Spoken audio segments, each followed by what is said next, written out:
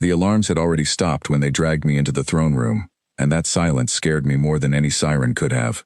My name is Nora Bell, and 3 hours earlier I was just a stranded pilot trying to get my ship out of an alien impound yard. Now I stood in a hall of black marble, surrounded by 7-foot beings with eyes like wet stone, and every single one of them was staring at me like I had already done something unforgivable.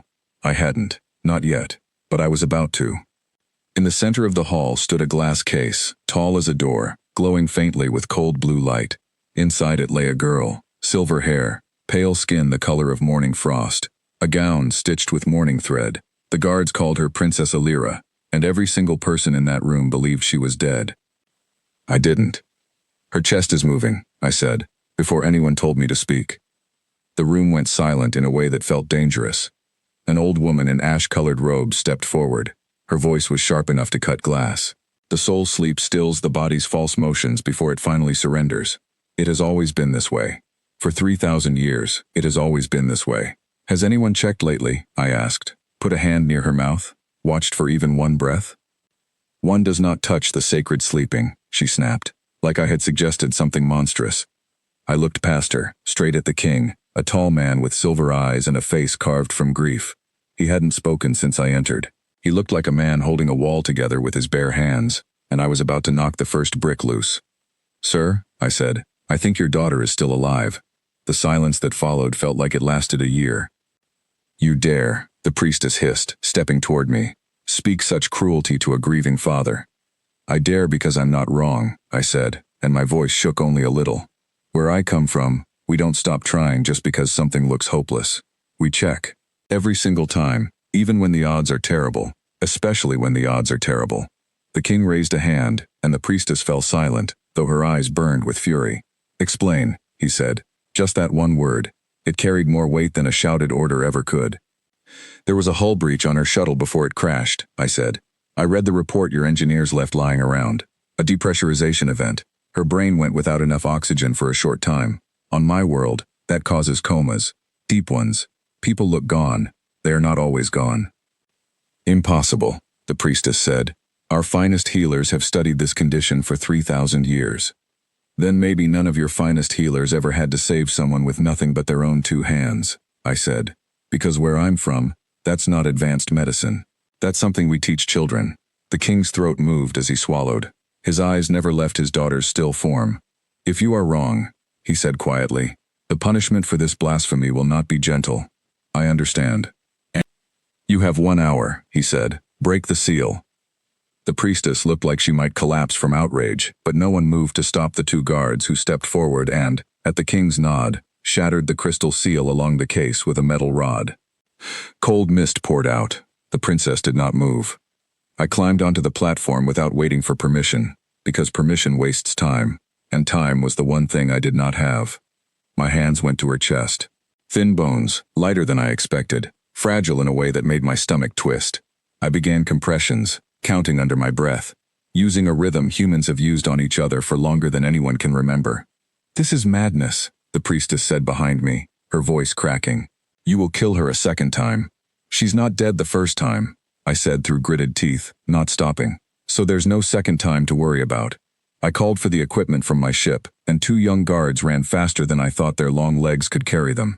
Minutes later I had a hand pump meant for pulling oxygen through a damaged cargo hold, tubing I had once used to siphon fuel and never expected to use on a living person, and a physician standing beside me who kept muttering numbers under his breath, trying to guess the right mixture of air her lungs could actually use.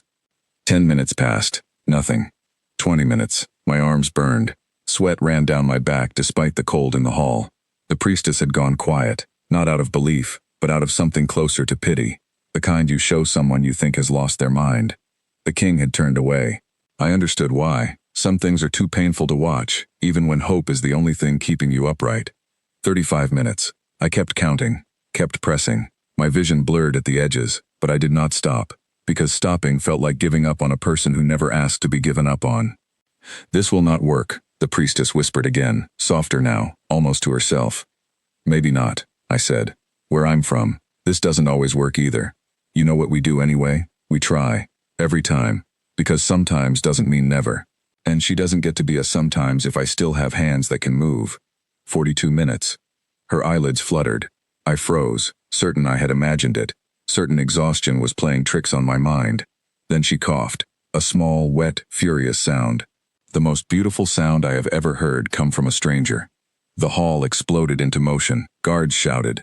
The physician dropped to his knees beside me, pressing shaking fingers to her wrist, checking a pulse that had, only moments ago, been declared a myth by an entire civilization. The king turned around so fast he nearly stumbled. When he saw his daughter's chest rising and falling on its own, when he saw her eyes blinking open under bright hall light for the first time in 7 days, he made a sound I will never forget. A sound too raw to be called a cry, too broken to be called a laugh, somewhere painfully caught between both. He fell to his knees beside the platform, something I later learned no ruler of his line had done in living memory for anyone. "Elira," he said, voice shattering around her name. Her eyes found his face. Confusion flickered there, followed by recognition, followed by tears that slid sideways into her silver hair. "Father," she whispered. Then her gaze drifted toward me, taking in my dirty clothes, my shaking hands, my exhausted face.